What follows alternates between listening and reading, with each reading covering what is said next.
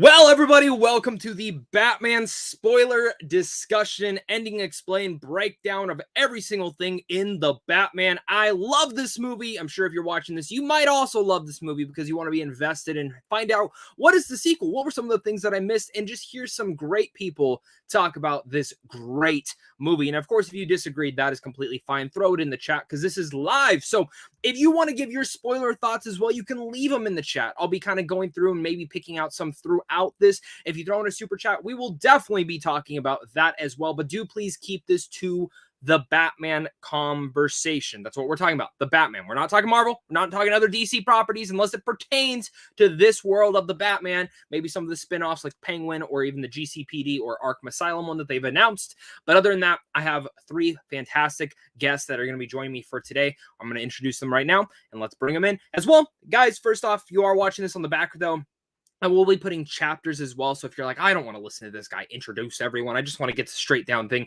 There will be chapters later on, even today or even tomorrow. So look forward to that. Of course, first up, Rudy. How you doing, Rudy?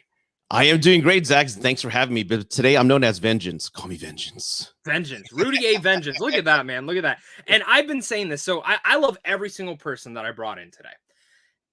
But the thing is, one of them does not do YouTube videos as much. He's an actor, which I think is a cool perspective to kind of bring in the Batman.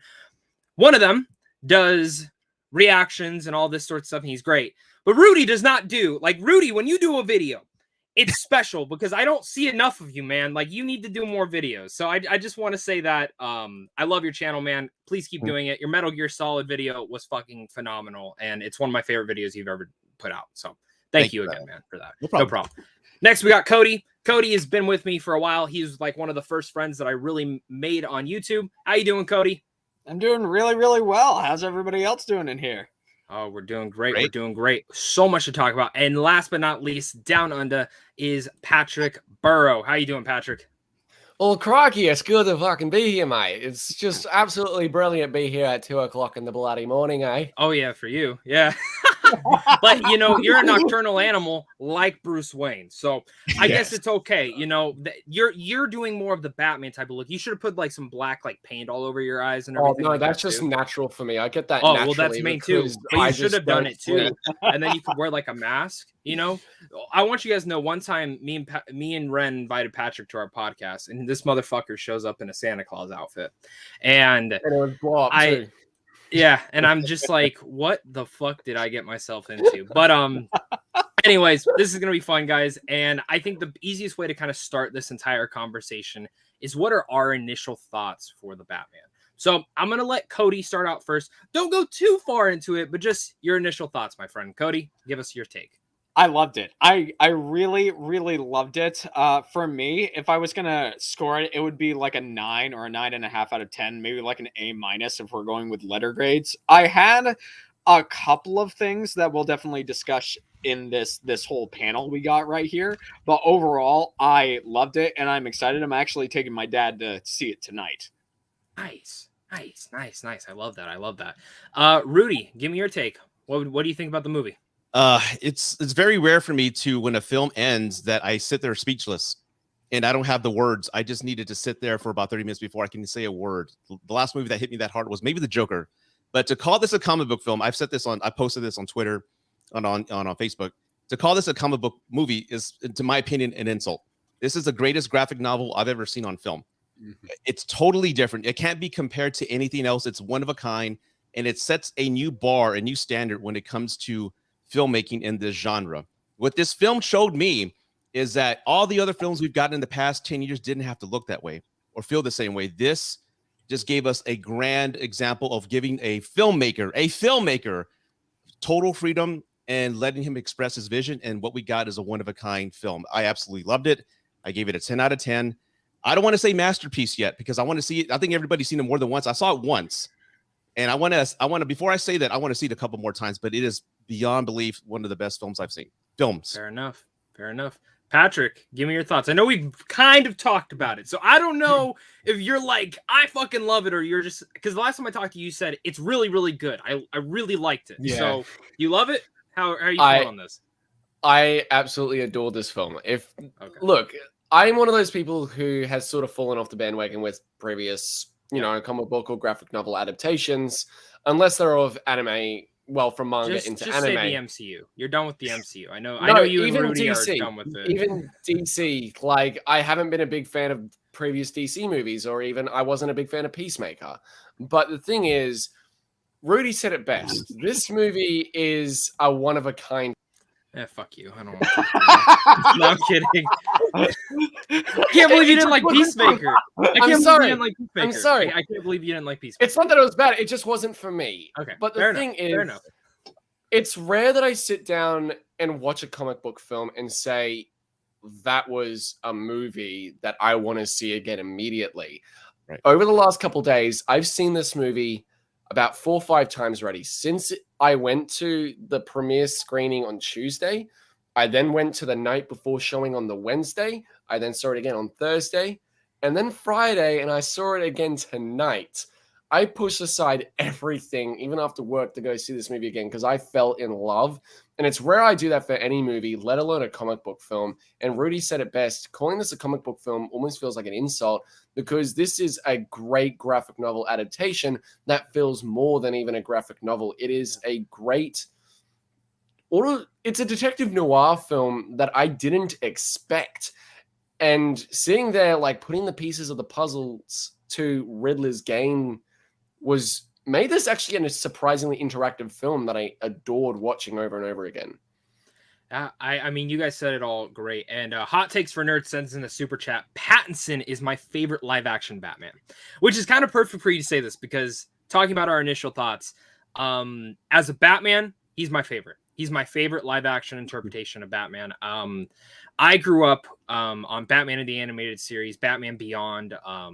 I grew up with all the Batman movies too, but they never hit the like detective part of Batman that I've wanted them to hit forever. Because when I grew up, like honestly, like as much as I love the MCU and as much as I love Marvel characters, I have a ton more DC comics. I've grown up with more DC comics, especially Batman and Superman. See, and that's the thing for me is that like I'm so passionate about because like my two favorite superheroes, they're tied. It's Spider-Man and Batman, which DC and Marvel. But Batman comics, I've always realized, honestly, there's more, I would argue, more greater Batman comics than there are Spider-Man ones. There's like 5 great Spider-Man comics that I can name off the top of my head that I think everyone would be like, oh yeah, like Kraven's Last Hunt or One Last Day, certain things like that. But like a lot of Spider-Man stuff is also intertwined within like the Avengers, like or Secret Wars and stuff like that, where Batman, some of his greatest comics, it's all Batman. Long Halloween, Dark Victory, Dark Knight Returns, stuff like that. So I love the detective aspect of Batman, and this movie had it. When I went to my press screening and he started voicing over narration-wise, I nearly shit my pants. I'm like, it's already 5 minutes in, and you already have me sold on this movie.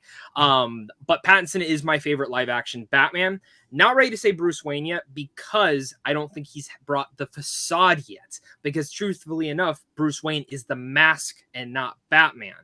And I don't think he totally has that yet, and that's mostly because he's in the movie for 3% of the film. It is literally 95% movie of Batman. Like he is not Bruce Wayne at all in this. But Pattinson is my favorite because he does something unlike any of the other Batmans did, which don't get me wrong. I loved Ben Affleck's Batman. I love the visceral old, I don't give a fuck. I'm going to pound your head into the ground and beat your skull in American History X style type Ben Affleck Batman. But Pattinson's eyes. It takes a lot for an actor. And I'm sure Cody will admit this as well. You can have as much facial, you can scream as loud as possible, but if your eyes can tell what you are feeling in that exact moment, because Batman doesn't talk that much, you sold me. The scene between him and Riddler, and when Riddler's just saying Bruce Wayne, and in his eyes, we all knew what he was thinking. The second he says, we almost got him. And his eyes, that relief in his eyes is like fucking perfection. Perfection. So thank you, Hot Takes for Nerds, for saying that. We're definitely going to get into their thoughts as well on who their favorite live action interpretations of Batman is. But this is going to be a blast talking about this. And I'm really excited that everyone here has really much overall liked the Batman, loved it. I think it's a masterpiece, all that sort of thing. So I guess the next thing to talk about is the characters, because there's so many characters in this, just like the Long Halloween Batman comic had. And this is heavily inspired by that.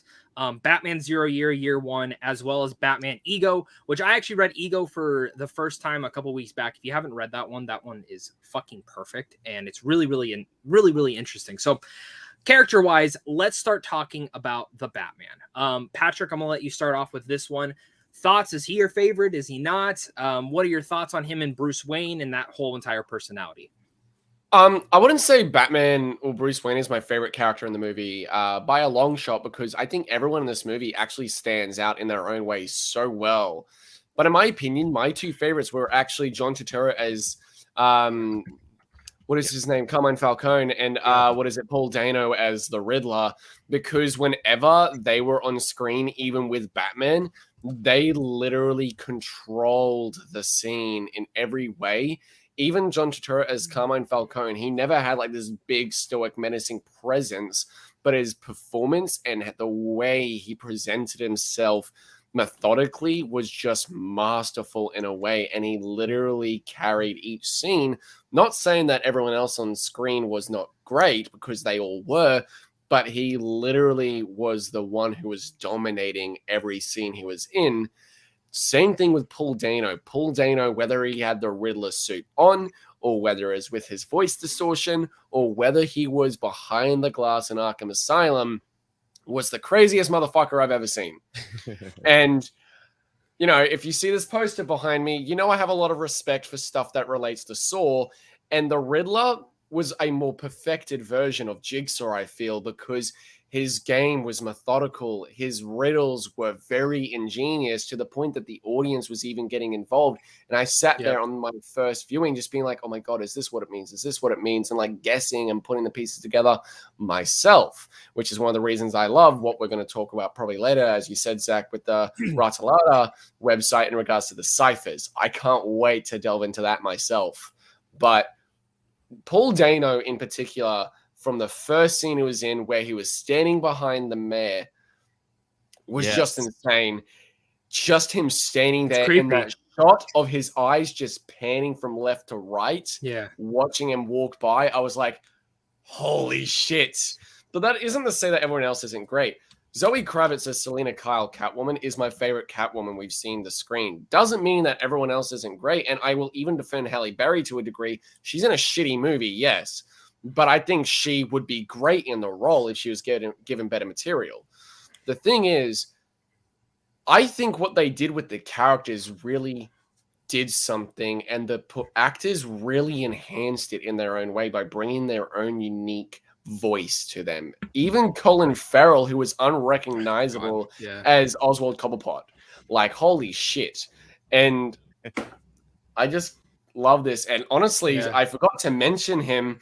What's his name as Jim Gordon? Jeffrey Wright. That's it. Holy shit. I loved the casting immediately. I didn't know I'd love him this much on screen, though. I fell in love with his Jim Gordon. And a lot of that goes to Matt Reeves, man. Like, and I have a whole section for Matt Reeves. We're going to talk about him next, but attention to detail is a big thing that he did in this movie. There's a lot of things that I've been fascinated listening to him talk about this movie, and certain things that I didn't even catch on my first viewing. Then I go and see it a second time. I'm like, oh shit, that is true. So the relationship between James Gordon and Batman in this, so good. We've never gotten a relationship like that so well, especially with the way in the comics that it's so intertwined within the story. And you mentioned Catwoman, Riddler, Carmine Falcone. I mean, I when I walked out of the screening, I talked to Cody the next day, and I'm like, dude, Carmine Falcone, John literally stole the movie in his scenes. So Cody, I want you to start off next. You know, who is your standout? Who is your favorite? I know who it is, but let the audience know, man. Yeah, and Zach mentioned this before. The fact is, I'm an actor guy, so seeing what these people, these actors, these filmmakers were able to capture on screen, it impressed me in a way that for the most part, the general audience, it's just not going to. Because for you guys that don't know, even though a director and actor, their job is to collaborate and create the characters we see on screen, the majority of what actors have to do to provide these jaw-dropping performances, which for the most part is what I feel we got in the Batman, it's it's a lot harder than people seem to think it is. From backstory to character mannerisms to discovering how a character walks to discovering how they speak to it is hours and hours and hours of grueling, exhausting work because you're not trying to be yourself on screen, you're trying to be another person. And being another person on screen compared to just being yourself on screen is a whole different ball game, and every actor in this film was a different person on screen. Yeah. Now, in terms of my favorite character in the film, my favorite character, it's two. It's Zoe Kravitz and it's Paul Dano. I've seen this film twice now, and the thing that Matt Reeves and both of these actors were able to capture was just, it was awe-inspiring to me. And Zach is 100% right when it comes to Robert Pattinson and when it comes to an actor, what they can convey with their eyes. That's an extremely challenging thing to do. And once again, every actor manages to do it in one scene or another inside of this film. And I have to agree with Patrick. The fact is, him and I have talked. I'm a giant fan of the Saw franchise, just like he is. And Paul Dano's Riddler, for me, is... I liked his performance every bit as much as I enjoyed Heath Ledger's performance as the Joker in The Dark Knight. Now, to let people know, The Dark Knight is still my favorite Batman film of all time, but the Batman with Robert Pattinson is one of my favorite comic books of all time. It's number 2 or 3. And just from what the actors were able to do, John Turturro as Carmine Falcone, to, every single person in this movie. I have my 2 favorites, but thinking about it more and more and more, it's one of those things where if somebody comes to me and asks me, the answer could be different every single day, because analyzing this film and being able to watch it again and again and again, the things are going to change because there's more stuff to analyze. There's more beautiful things that the actors and Matt Reeves and the creators and everybody brought to this thing. I'm just going to say that when it comes to the end of this year, there's going to be very few movies that can compete with this specific film in terms of what's going to be the best movie of this year. Yeah, it sucks. My life, I saw 200 new movies last year, and I'm probably going to end up seeing around that too again. I mean, honestly, I don't know about you guys, but I don't see any. This is probably going to end up being my favorite of the year. So it kind of sucks that I peaked in March. I'm sure I know I'm gonna love fuck Morbius, but I know I'm gonna love Doctor Strange. I know I'm gonna love Lightyear. I know, I don't know, but I hope I do.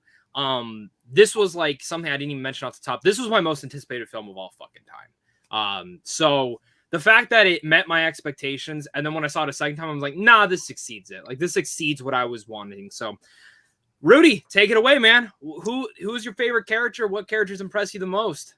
You know what? I saw your review. By the way, I went to Houston yesterday, and me and the girlfriend saw your entire review on Batman. So yeah. not to restate everything I've heard from everybody. Everyone's mentioned Colin Farrell and his performance. For me, this movie, the cast, there's no weak link. There's not one weak link in this film. One of my favorite films of all time is Zodiac. And that's me saying that should really just identify and define how much I love Batman. The combining these two types of genres in the film, I loved it. But there's no weak link in Zodiac. All stellar actors, and same thing with here. And I can't think of a weak link, but I can tell you my favorite pair on screen. That's Jeffrey Wright and Robert Pattinson. Yep. Their chemistry going back and forth, and just I love seeing them on screen together. Jeffrey Wright, I've loved him since Casino Royale, and I've loved everything he's done. Westworld, he's just an amazing actor. But seeing them two on screen for me gave me goosebumps again, because we're seeing that new relationship. There's not enough trust yet. Gordon's in the middleman between him and the police department and the commissioner. Them two every time on screen was amazing. But again, not to take away from Zoe Kravitz and Robert Pattinson on screen. Again, I can't think of a weak link. As far as characters, I can only say Jim Gordon and Batman, because everybody else, John Turturro, I didn't even know he was in the movie. I'm like, hey, this is John Turturro. And like you said, he stole the show. He owned every scene. And this was one of the first Batman movies I've seen where a mobster felt like a mobster. Yep. There was this tension, and you know what he was going to do. There's threats. So again, looking at the entire list, it's a stellar A+ cast. Everyone did an amazing job, but for me, it's Jeffrey Wright and Robert Pattinson on screen. Those are my 2 favorite characters. I get it, man. I get it. And that's my thing is I was thinking about doing like a ranking video of like my ranking each character in the Batman. Yeah. I would do a disservice because I would just say everyone deserves the Everyone's top spot. great. Everyone, literally, Penguin series. Can't wait to Oh, see I'm Colin so Farrell's excited for Penguin that. series. Oh, The yeah. Arkham series. There's also an Arkham series That- that's going to be making. yes. Yes. Can The I Riddler. just Oh, and Yeah. can we oh, just? I was just gonna say, above and beyond everything else, can we just give a huge round of applause for the casting directing team that Yep. brought this crew Yeah. together? Because But I think- holy yeah. smokes, But a lot of that is Matt Reeves too. I mean, casting directors are important, but Matt Reeves did write this role for Robert Pattinson and Paul Dano. He's said it like I know there was Nicholas Hoult. It was between Nicholas Hoult and Robert Pattinson. It has come out that Nicholas Hoult was up for it because Warner Brothers did not know if Robert Pattinson could do Batman because of Twilight. Like that was the truth. Is they don't know, okay, is this guy gonna be able to disappear fully? And then they brought him in, and I guess I don't know if you guys seen this interview. It's awesome. Giacchino had already done the score. He'd already done the Batman theme. He'd already written it out and done it before they'd even casted Pattinson. And Matt Reeves was listening to it in his car with the casting director before they went to do the test screening. And he walked in, he said, all I could think about was Pattinson walking out in the music to the costume. Yeah. And pretty much on that day he got it. And then Paul Dano, Jonah Hill was originally supposed to play the Penguin for this, which I'm sure he would have done great. I can't imagine anyone else now not playing it other than Colin Farrell. But when Jonah Hill read the script, he goes, I will take the biggest price cut. I want to be Riddler. I want to be the Riddler. This was before Paul Dano was casted.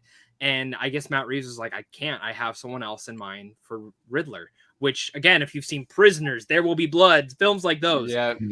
Paul Dano was the perfect Riddler in this iteration. So it's tough. I don't know who was my favorite. It most likely is Robert Pattinson. The fact is I just bought a $500 hot toy and pre-ordered that shit because I needed it. But Paul Dano, incredible. So unfiltered and wild and insane. Like that whole sequence between him and Batman is so creepy, and it reminds me something out of Mindhunter or even Zodiac. Something that's very very much out of David Fincher's mind.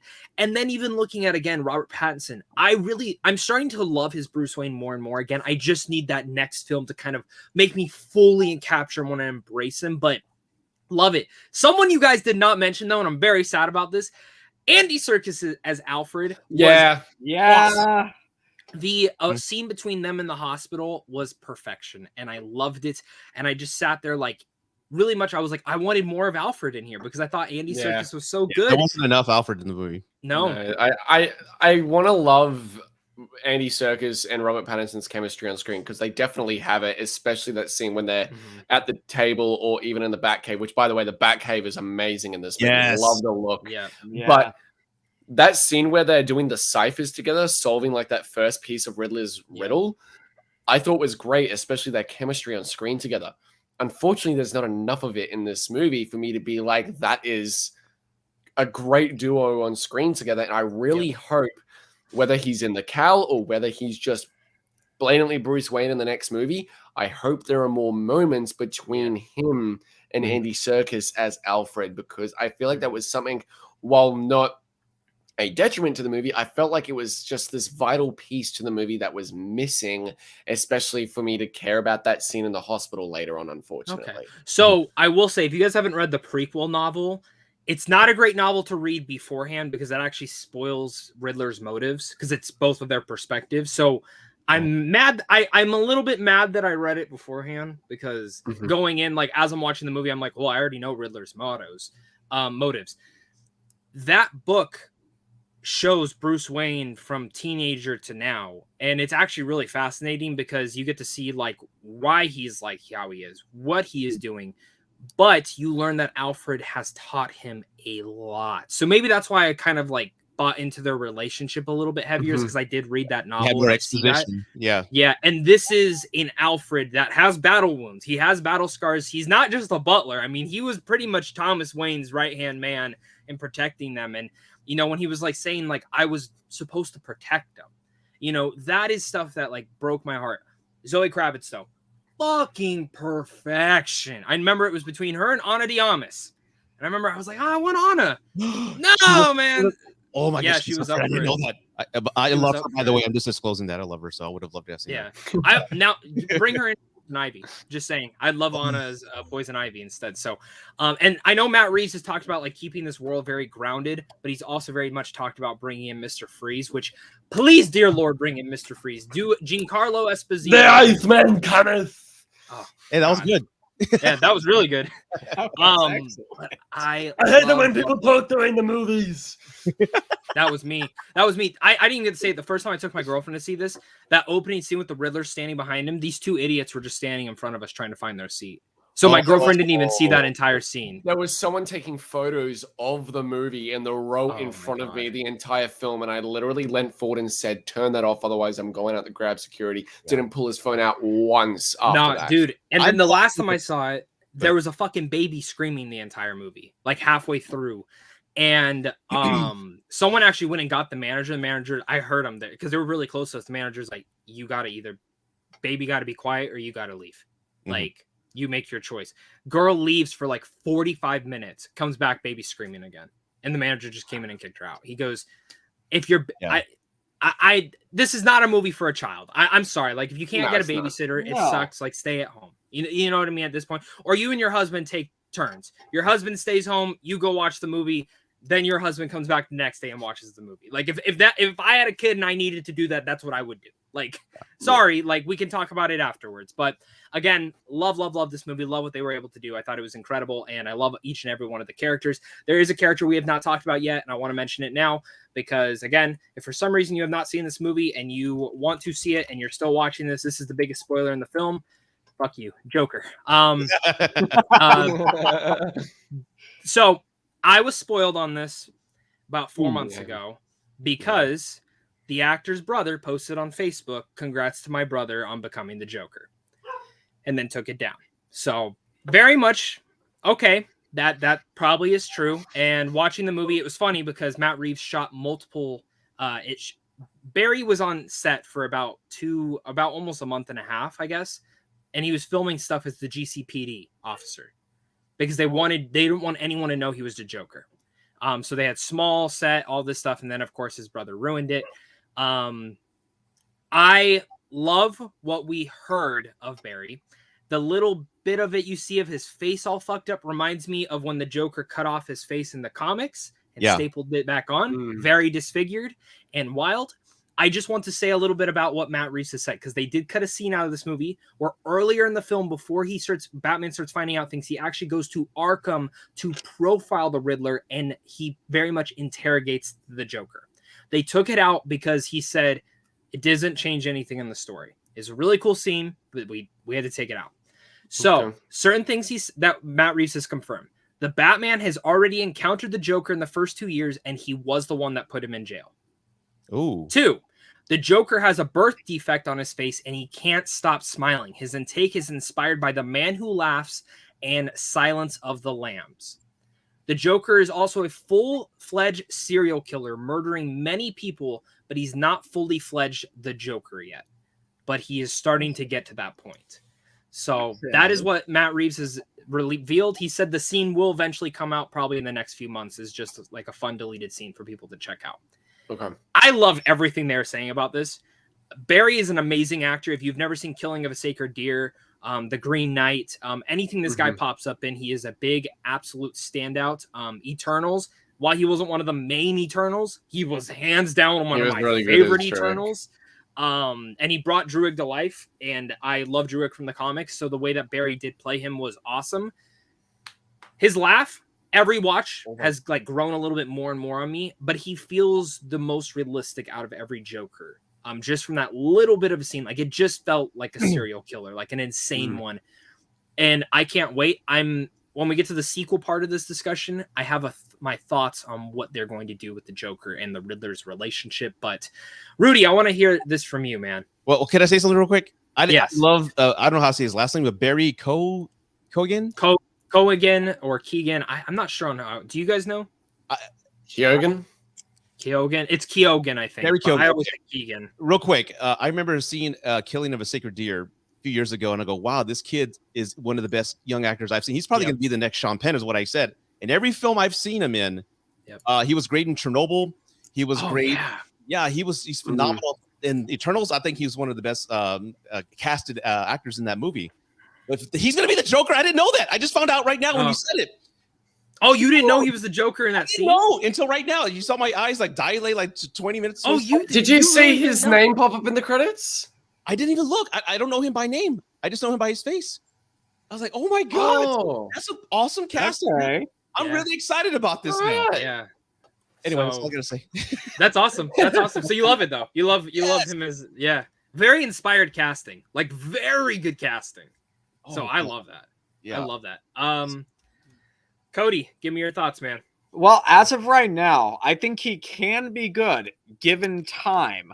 But as of right now, and I've already mentioned this to you, Zach, in terms of his Joker, I am not willing to give out any of my thoughts on it. And the only reason is this isn't like a Joaquin Phoenix or a Heath Ledger or even a Jared Leto, where the first time they are the Joker, they're on screen for a considerable amount, or at least enough of amount of a runtime to actually form an opinion. We got one tiny like 2-minute scene at the end of the Batman with Barry as the Joker. And so as of right now, I enjoyed, or I liked what was at the end of the movie, but I don't think it's appropriate to give my full thoughts on it right now, because I don't think I have enough substantial evidence to actually give an opinion on this.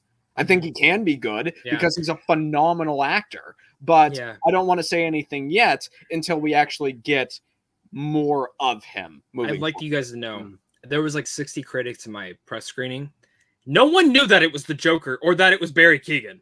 Like I was like, because I was hyped. I'm sitting there, I'm like, oh my God, it's fucking. I was waiting for them the entire movie. I was waiting for that. Okay. Were you? I was literally waiting for him the entire movie. I thought it was Two-Face in this film. Oh, see, some people thought, but no one. I thought it was Two-Face until the laugh. I knew it was Joker after the laugh, and I'm like, wait, I literally saw something on the internet like 4 months ago that apparently Barry Keoghan was meant to be the Joker in the Batman.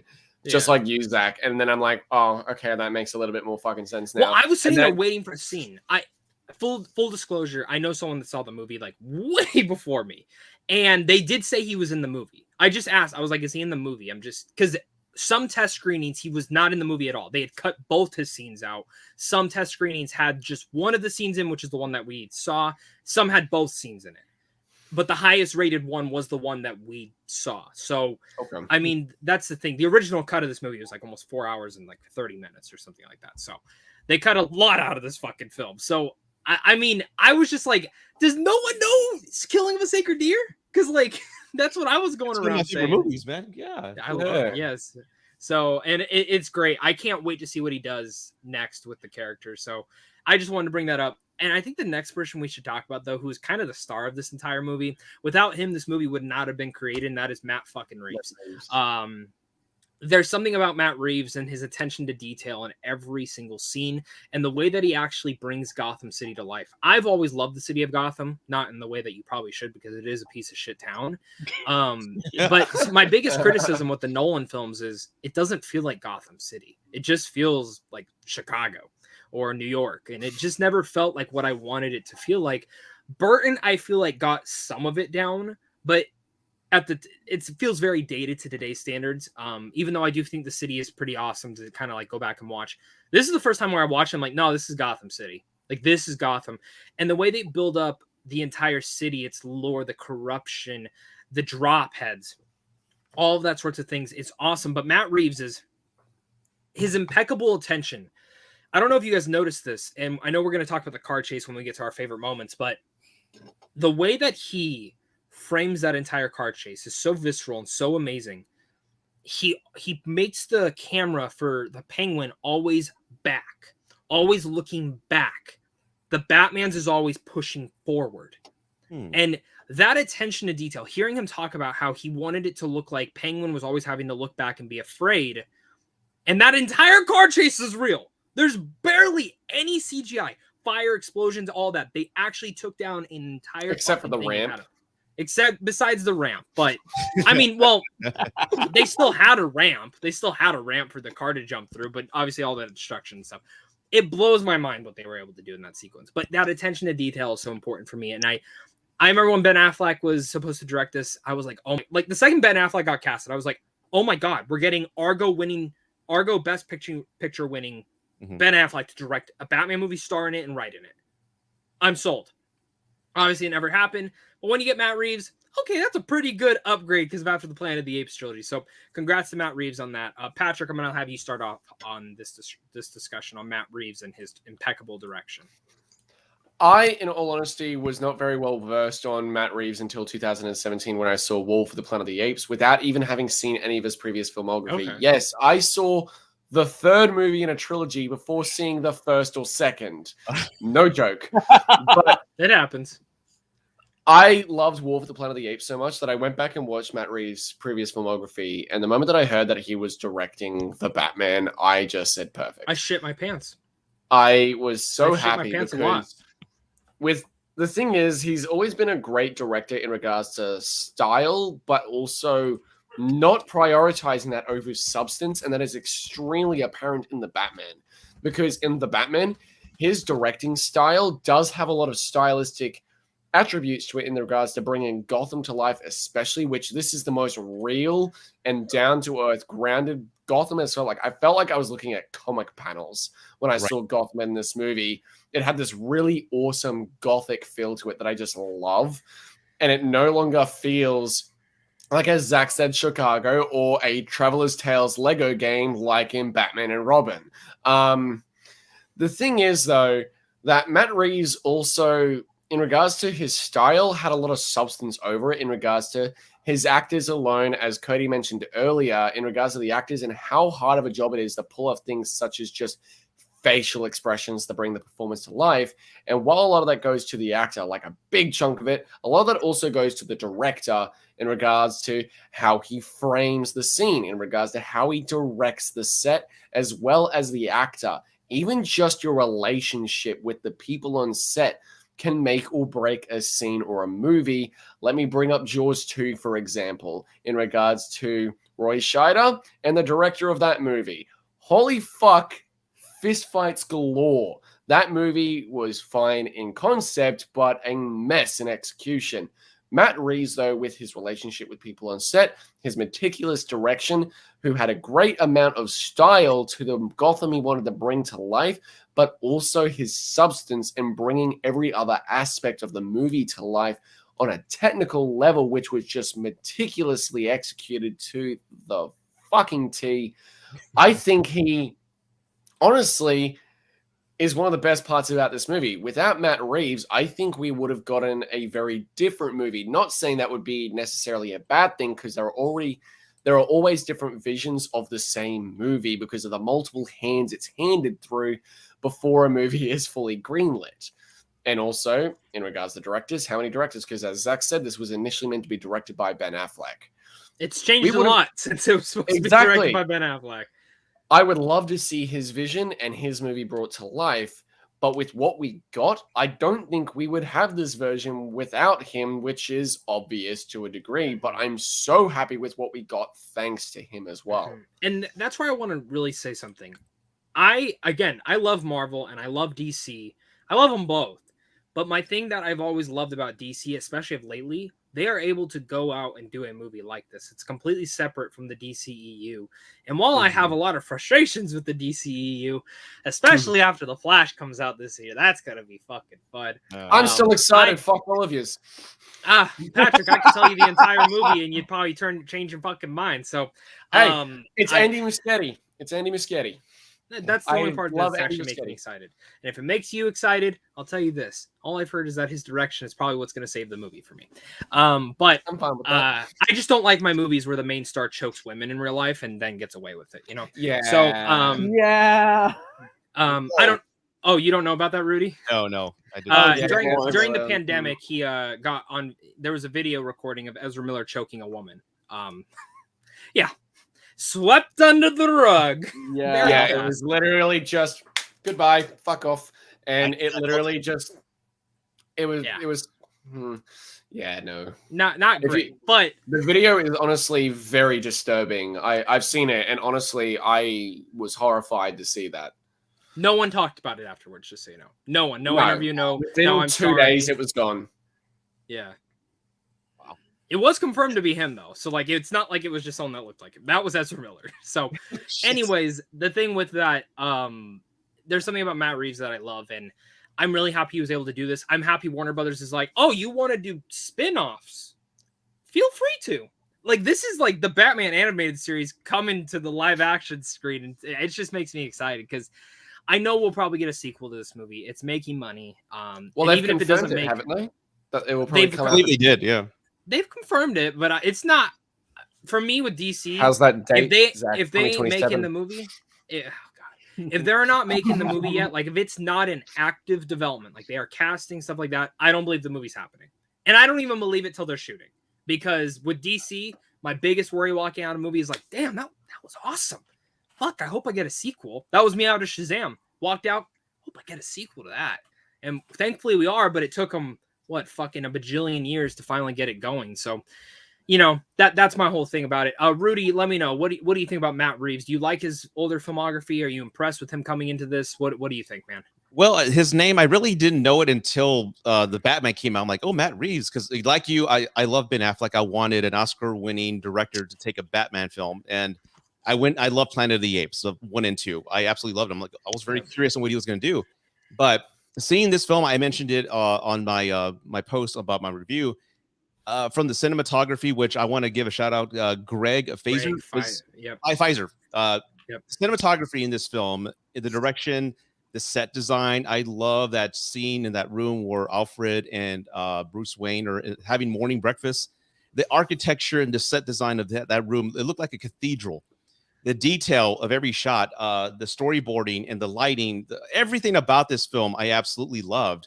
But what I love, as you mentioned, I love Marvel movies, but they're like black and white when it comes to the DC films. What I love about DC films is, like everybody here, I think, can appreciate, this felt like a film.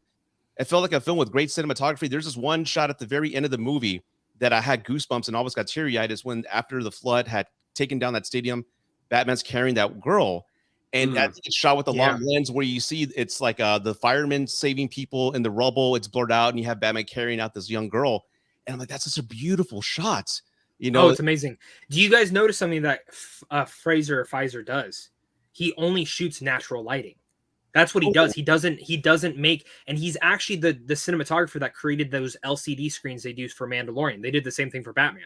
So those LCD screens, when they CGI all that stuff and then they know what to look at, it's not green screen. He's the one that created that technology and assisted with that. So he did Mandalorian, he did Arrival, he did Dune, he did this motherfucking movie, and he is like one of the most brilliant cinematographers right now. Like Roger Deakins, don't get me wrong, that guy's the fucking master, but like this guy, what he's doing with natural lighting is insane, because any other cinematographer that attempted that with the Batman, it would have looked, I don't know, like it would have looked like that. Like you wouldn't have seen shit. But there's something about it where like it's dark, but you're still able to see every single thing going on. So yeah, nice shout out on that, Rudy. I didn't even think about mentioning that. So great job on that. Thanks.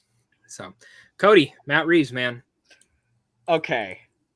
Is it the mustache that you love? I love the mustache on him. I can grow one out too, Cody, if you want. I can try. Absolutely. I'll try. I do have to, and I'm sorry if this whole video is literally going to be me saying this, but I do have to take this also with a bit of a different perspective, because for you guys who don't know, I'm not only an actor, I've actually directed a feature film. Yep. And it's on his YouTube channel. You can go watch it. It's linked down below. I've directed a few shorts. And the thing is, knowing what Matt Reeves was able to capture in this film, from a technical aspect to everything else, it's exactly what I love about directors like him and about Denis Villeneuve. And for those of you who may not know, Matt Reeves is also the gentleman that directed the first Cloverfield movie. Right. And that film, for me, I don't know. Cloverfield is the kind of movie that I feel is so accessible to filmmakers. And with the Batman, as grand in scope as it is, he achieved something that I did not think was possible, watching this movie, it feels like if I had the proper crew, it's the kind of movie that I could make. And that's what I've always loved about Matt Reeves in his direction and what he's able to capture. And from an acting perspective, I can tell you guys one thing. Actors can do so much, but an actor who works with a director who knows how to pull the best out of them and knows how to make them go above and beyond, that is a gift to any actor working today. And I'm sure I'll shout this out towards the end of this stream, but I'm currently working with a director where that is happening for me. And what Matt Reeves is able to do from a directing standpoint with the story, with all of the technical choices that he makes, camera-wise, lighting-wise.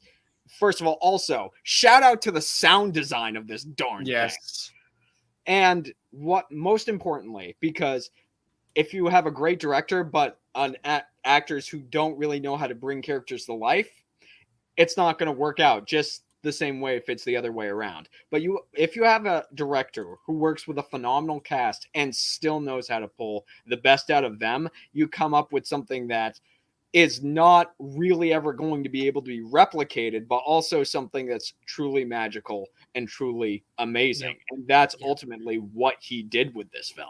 Mm-hmm. And, you know, I get to the point where, like, you know, I look at what Denis did with Dune, and I'm like, shit, I don't want anyone else to direct anything that's Dune other than Denis. I don't want anyone else to touch Dune except Denis. And it's kind of how I feel with Matt Reeves right now. Like, I was thinking, like, okay, so the Penguin spinoff, who are you going to get direct and showrun that? It obviously can't be Matt Reeves. It's got to be someone who's close to him. I remember the GCPD show was originally supposed to be showrun by the guy who did Boardwalk Empire, and then they had a falling out and they left, which it makes me think, okay, so what are we going to do and who's going to do this? But I also just sat there and I'm like, I really hope Matt Reeves gets his trilogy. I hope he gets to do whatever he fucking wants with this Batman universe, which, you know, we talk about it, you know, one of the producers of the film said, yeah, and then in less than 5 years, you'll have the next Batman movie, which I say, what? 5 years? Like, I know this movie took 5 years to make because of everything going on with Ben Affleck and kind of the direction they wanted to take in. And then, like, they had to restart and reboot and all that sorts of things. So that's where I do want to talk about the sequel real fast. And where will the sequel go? And when will we get this sequel? We're kind of going out of order of certain things, but I do think talking about Matt Reeves and how much he wanted a sequel. One of the things that I very much heard, and after seeing the movie, obviously the flooding part and all of Gotham being flooded, there's many different comic iterations of where Batman, the city is destroyed, distraught, and the villains come in to take a power grab. And they split up all of Gotham into different districts.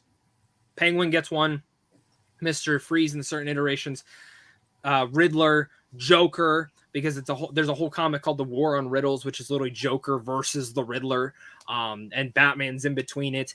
But there's also this comic called No Man's Land, which is like a post-apocalyptic kind of version of Batman, and I actually think that's the direction they're most likely going to go in. It's a great comic. I actually just started reading it, really into it. It's super long. There's a lot of stuff into there, but reading it, I'm like, I know if they go in this direction, that's great. But you can also, like how Matt Reeves kind of took Long Halloween, but adapted it into his own nature, changed out certain characters. They're going to do the same thing here, I think. And I think that is what's going to be interesting. I'm also willing to call it. I think we do get a Robin in the next movie. And I think they are going to go young. And no, it will not be that kid. I saw some theories about people saying it's going to be the kid that saw Batman beat the shit out of all of his friends with the skull face. It will not be him because he's already a Robin in the Titans show. So there's no fucking way they're going to do two. There's no way he's going to play two different Robins in two different worlds. Sorry. There's no fucking way they're going to do that. I mean, the kid is a really good actor, so I wouldn't be but there's no way you do that. So, but congrats to him. He's making bank on Titans, you know, being Robin on there too. That's cool for him.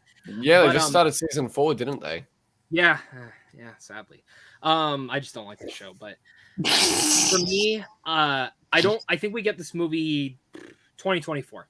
I think they're going to do it 2024, maybe 2025 at the latest. Probably come around March as well. It's making bank here. This isn't a summer blockbuster type of movie, so it probably would have even been perfect to come out around October, November. Yeah. But I also want to put out Robert Pattinson has talked a lot about Court of Owls. And I have a feeling they are going to. I look at the cipher that Riddler has in here. That is Court of Owls symbols. I don't know what else to say, but that is straight Court of Owls. So I do think they will intersect the Court of Owls. And there is an Easter egg that I'd like to discuss with you guys. Do you guys know who Hush is from the Batman comics and the Batman stuff? I think Hush is in here, man. I mean, they have that giant thing where it says Hush, but the guy that Thomas Wayne had, well, not killed, but Carmine had killed for Thomas Wayne, Edward Elliot, that's Hush's father.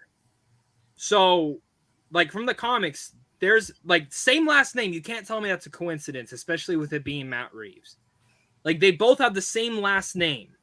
You don't do that. You don't do that. So I really believe that I think you could have a Hush show up. You could have a Court of Owls show up. Shit, give me Mask of the fucking Phantasm at this point. That would be awesome. I don't know. Any other Easter eggs you guys notice? Anywhere you guys would want to see the sequel go? Patrick, I'll let you start right now. This is one Easter egg that has nothing to do with DC or anything, but it has a nod to Robert Pattinson. I don't know if anyone else noticed it or if I'm just blind and seeing shit. The bodega that the kid is robbing at the beginning of the movie during Batman's monologue is called the Good Time Bodega. Oh, I noticed that. Which is Matt Reeves nice little... has talked about that Good Time was the film that actually got Robert Pattinson the movie. So yeah. Oh, okay. Yeah, so I just thought it was really nice. I noticed that as just this little Easter egg, and then I watched it again. And I'm literally seeing shit in regards to the kids stealing at the bodega. And I'm like, holy shit! All right, this is like very reminiscent in a way of Good Time, and I love that. Now, before I move over to Rudy and Cody, because I want to ask them the same thing, but I also want to get your thoughts. I just don't want to back and forth. Which Batman villain do you want to see in the next one? I know they're probably gonna have a couple, but which one Batman villain? You could pick one Batman villain from Matt Reeves to adapt over. No matter how fantastical he is, which one would you want to see? Clayface. We've never had a live action adaptation of Clayface. Great pick. Great. I would love to. I've loved Clayface ever since I played the Batman Lego game as a kid on the Wii. And I've always since been dying to see a live action adaptation of Clayface to the big screen. No matter how fantastical he is. You've done Mr. Freeze. You've done Bane as like this big hulking behemoth going, big. Which, why can't you mention that? The Venom, the thing he shoots into his legs, same fucking color. Exactly. So, but I'm just sitting here going, why the flying fuck? Can't we just get Clayface for once? I want to see Clayface go hand in hand with this version of Batman. I think it would be amazing, and it would give Batman a chance to show off his different gadgets as well. And it's not how just the grounded gadgets. It is. The way that Clayface can morph into other people makes it interesting as well, because I assume we're going to get another detective story. Like, I feel like each movie is going to be a different detective story, which again is very interesting, and Clayface would work in that context. Again, I don't know how Matt Reeves would do it. The movie is very grounded in realism. I would even say more grounded than the Dark Knight trilogy. So very interested in that. Cody, let me know. Number one villain, any Easter eggs you notice, where would you like the sequel to go? Well, in terms of Easter eggs, I'm not going to be able to provide an answer because, as you know, Zach, I don't read comic books. I don't even read manga. Okay, so Rudy, you can go next. Oh man. But the one thing I will say, if Matt Reeves is going to keep this world the way it was in here, where it's a comic book graphic novel world, but it is still very, very grounded, I want to see, even though he's not technically a villain, he's an anti-hero, whatever, I want to see Batman go up against possibly who, if you take out the Joker, is Batman's actual rival in terms of hand-to-hand combat, in terms of his arsenal. I want to see Matt Reeves bring Deathstroke to the big screen. Because, first of all, I know that he was introduced partially in the DCEU. I get it. But Deathstroke in a Matt Reeves Batman world, for me, above and beyond people like Bane or Clayface or Mr. Freeze or Hush, Deathstroke is the one that I feel actually fits the most in a Matt Reeves world for Batman. So, I mean, it could be even one of those things where Deathstroke and Robert Pattinson's Batman are investigating the same thing and they've got to team up, and then by the end of the film they are at each other's throats. It could be something like that. I don't know. I'm not Matt Reeves. I'm not a revolutionary like he is when it comes to this stuff. But that would be my answer. I think Deathstroke for me is not only the villain I would like to see, I think it is the one that makes the most sense. Who would you want to see play him? Just an actor. You can't say Joe because Joe's can't come back. Into No, this I know he Steve can't. Carell. No, actually, you know what? A lot of people wanted him to play Slang, but if we're Stephen Lang, like if we're still going for like an older interpretation of Deathstroke, That'd be cool. I would really like to see Stephen Lang play That'd Deathstroke. be cool. I dig that. That would be dope. Yeah. Especially Patrick, I if actually he's want to ask you totally- as well, Clayface actor as well, if you have one in mind. Just For so a you know. Clayface actor, I want to try and set it aside from the norm, but I want it to be someone who can still provide that menacing presence in regards to like, because with Clayface, obviously a lot of it would just be voice and motion capture work, but someone to have the physicality and also that demeanor about them to be extremely menacing. And I personally imagine someone with like an unnaturally deep voice. When it comes to Clayface, I always have. I have a pick for that then. If I'm being honest, like people have always said, and I actually agree with this. For me, the easiest one, if I was going to go with someone else other than Clayface, it would be Mr. Freeze, played by Giancarlo Esposito. I think that is great casting. Yep. But as for Clayface, fuck, there's one guy I just can't think of his name right now. The voice, when I think of a voice, and maybe it's because I'm playing Horizon Forbidden West right now, Lance Reddick has such a fucking memorable voice when he talks, and it's so good. But I mean, you know who else has a really good voice? Mahershala Ali. Very deep, powering. Those are like the voices that I think of. So, because I would say Jeffrey Wright as well, but he's already in the fucking show. Dave Fennoy, who played Lee in The Walking Dead. Oh, that's a take. That's a take. That's a good one. I honestly think Lee Fennoy has, like, when I think of him, Clayface, in regards to that angry demeanor, to be that big guy to face off, in regards to also having a very grounded take. The thing I think of most is Dave Fennoy, whenever he has that slight outburst at Clementine. Mm-hmm. And I feel he would be perfect to do the role of Clayface. Good pick. I dig that. Rudy, you know what? There is sorry, Cody. Oh, I was gonna say there is one other person, and contractually, I don't know. But if there was one other person, let's say we're not gonna do old Stephen Lang, but if there's a younger version of Deathstroke, I would really like them to get Manu Bennett. The guy who played Deathstroke in Arrow, for me, is still the best interpretation of Deathstroke we have ever gotten on screen.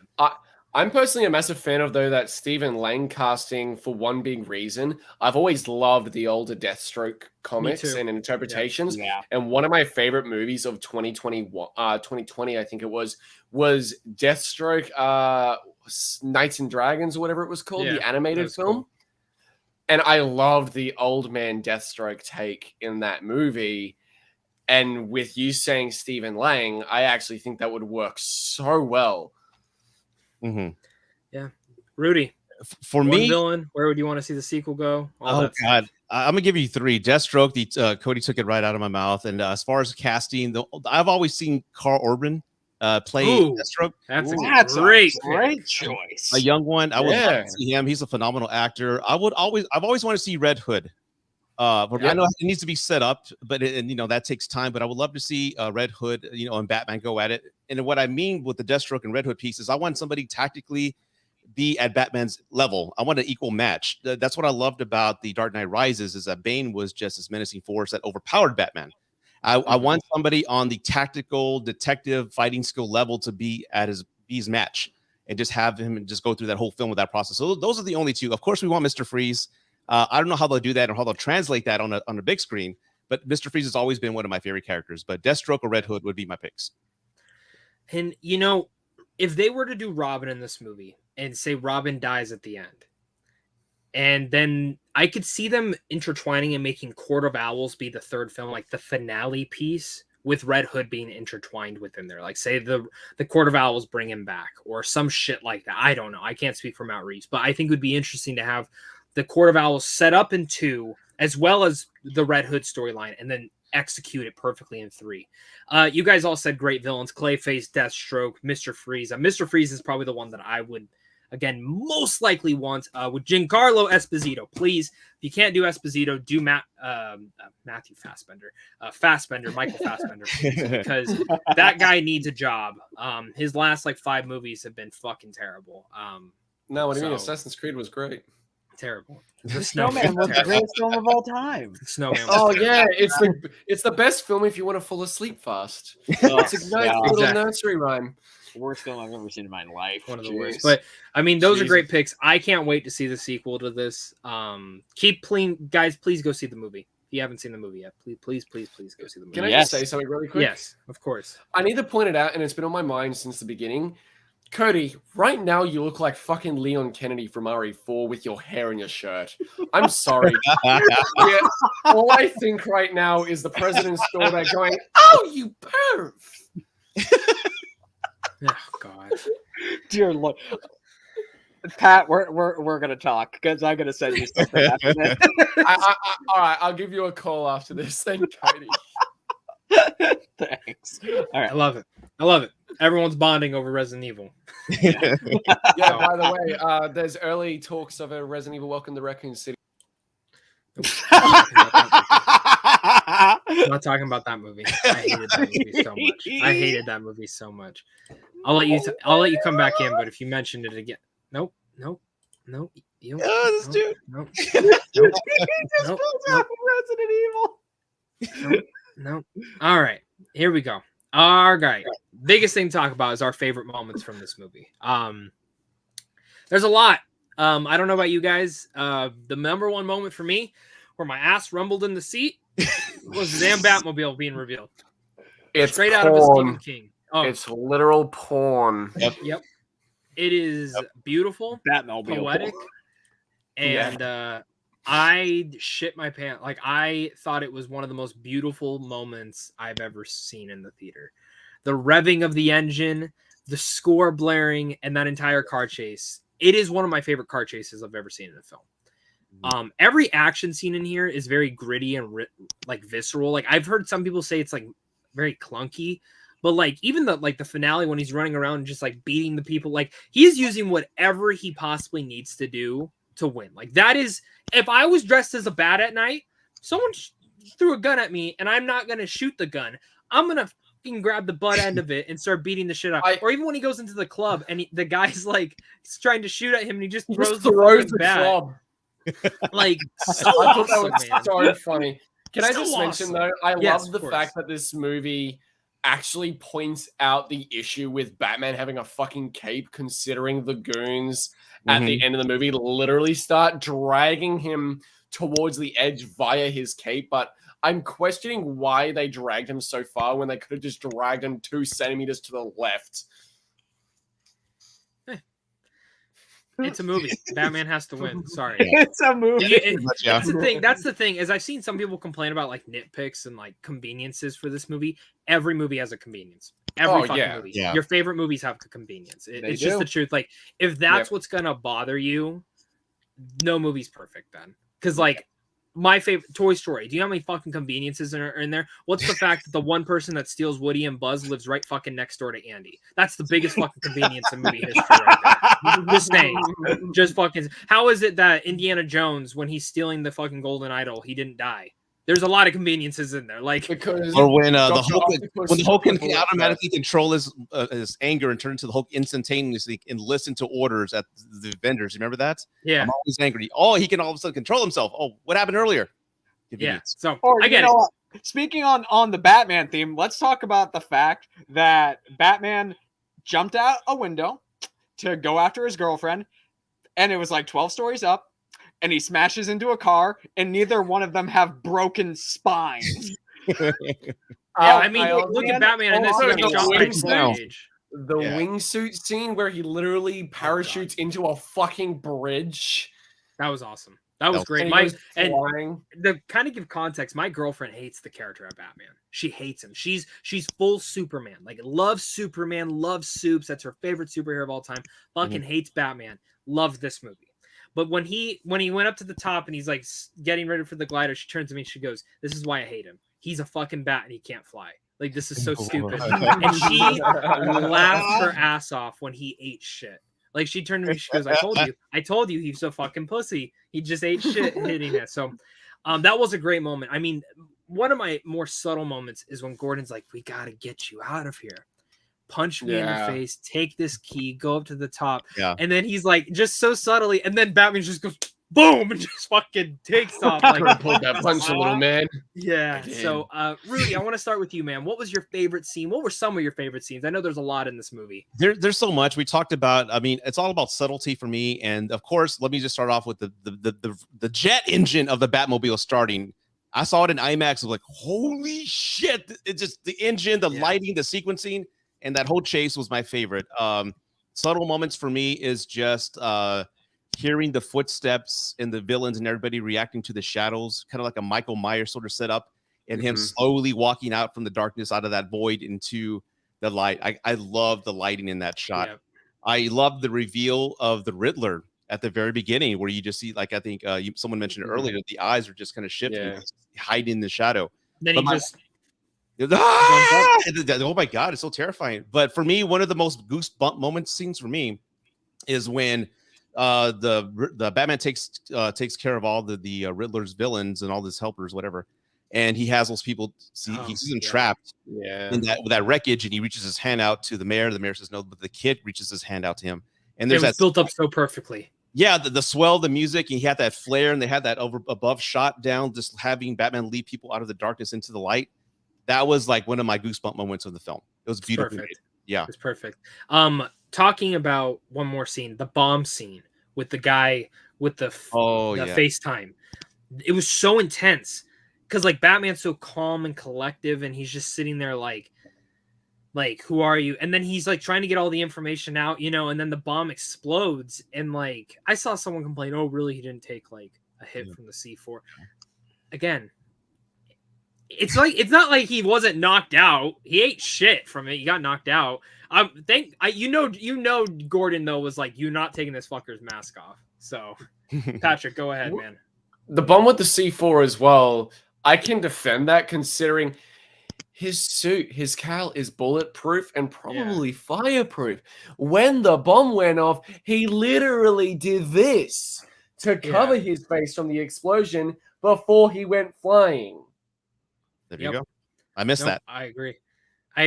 And that's another like that suit, when like he's walking down the hallway after sitting in the elevator, and everyone's just shooting at him. And they're just like, first off, the thought of shooting that scene completely dark and just the only glimmers of light you get are from the flashes from the gun. Perfection. With the blanks and everything. Yeah. Patrick, let me know, man. What is your favorite scene? Some of your favorites? Obviously, some of my favorites. Look, the Batmobile scene. I laughed a little bit and chuckled when I saw the really shitty CG ramp, but that's the only moment in the entire movie that was very apparent with CG. But the entire fight, the entire chase was amazing. From the moment that engine turned on, you saw that blue light from the thruster. Then all of a sudden, it cuts to Colin Farrell. And this is a great example, as Cody pointed out earlier, in regards to how difficult it is to convey just your emotions through facial expressions. Colin Farrell as Oswald Cobblepot, his emotions was a mix of fear and, oh, you've got to be fucking kidding me, all at once. And it was amazing. But my favorite scenes in the movie were the scenes where Batman is either experience a game of the Riddlers that has passed or one in the present.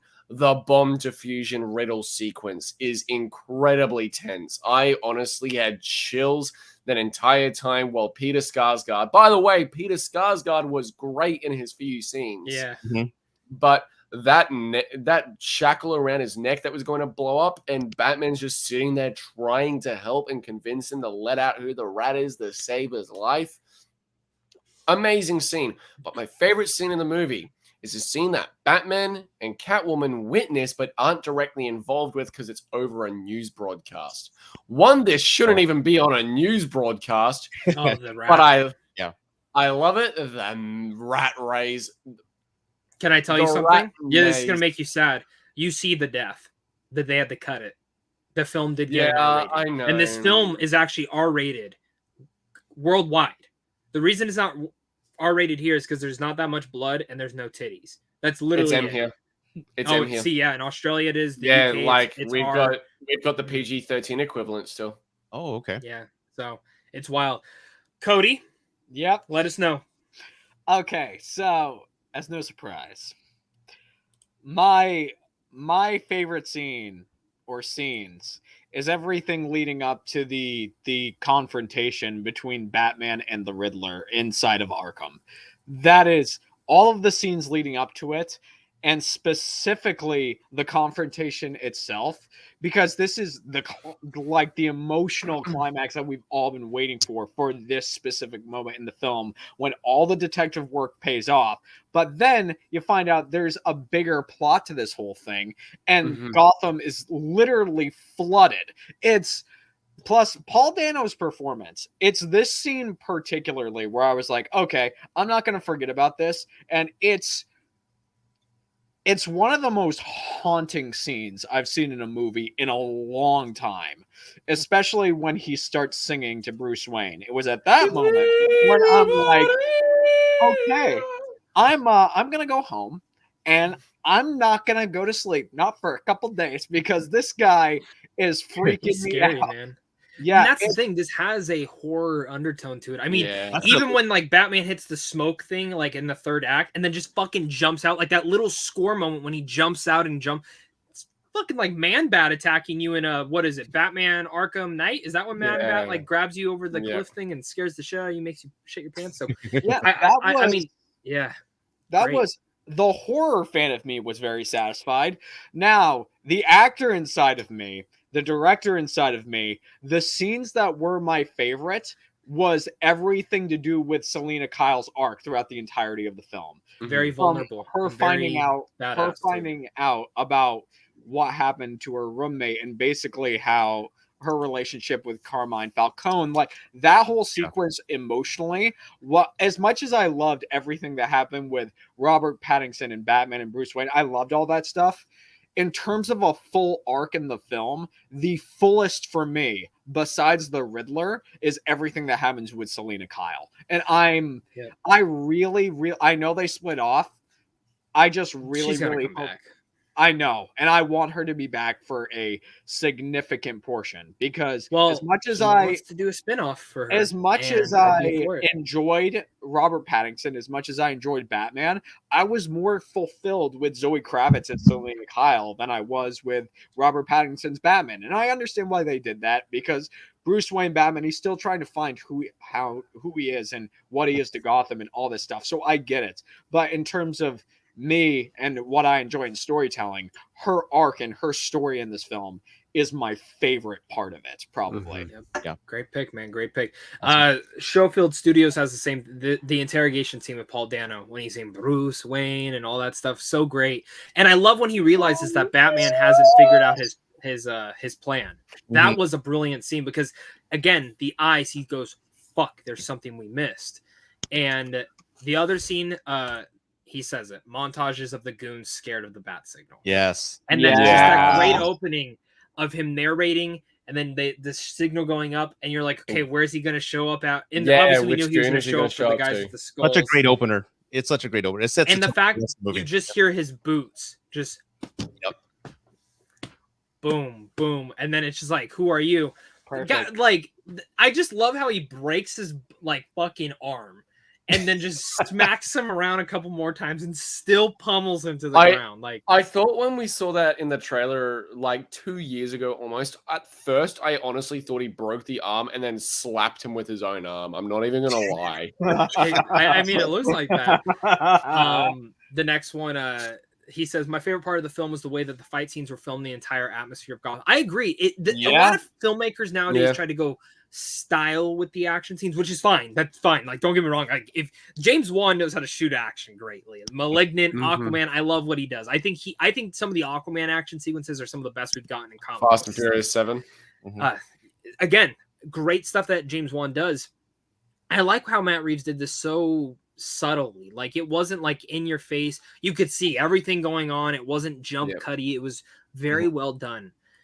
SJ, my favorite scene was when Bruce Wayne figures out Alfred's going to be toast, but it is too late. It's so intense because it's he's just pedal to the metal, man. And I love this movie. I love it, love it, love it, love it. So You know what that scene actually reminded me of? huh. And it's why I don't have a lot of comparisons to The Dark Knight, but the intensity of that scene and everything leading up to it reminded me of when the Joker told Batman where Rachel and Harvey Dent were going to be, but he knew he wasn't going to be able to get there in time. It reminded me of Yeah. that scene, which is why I love it. Yeah. And talking about stakes, I don't know about you guys. Like, obviously, we knew they're planning a trilogy and stuff like this. This is how good this movie is.